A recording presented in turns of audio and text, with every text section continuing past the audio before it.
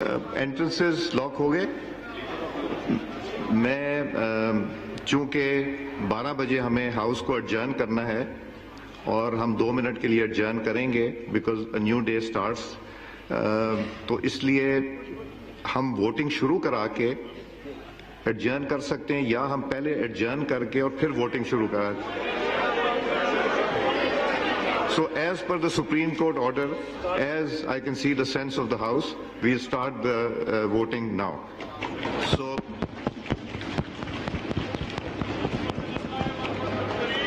now I read out the resolution before the Assembly.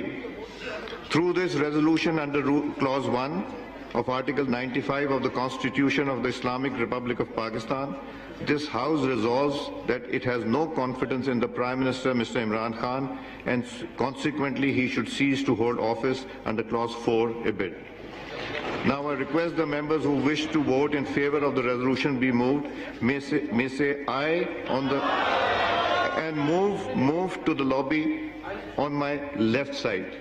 You will move on the lobby on the left side which says ayes, and if there's anybody who wants to vote the other lobby, please, if you start moving.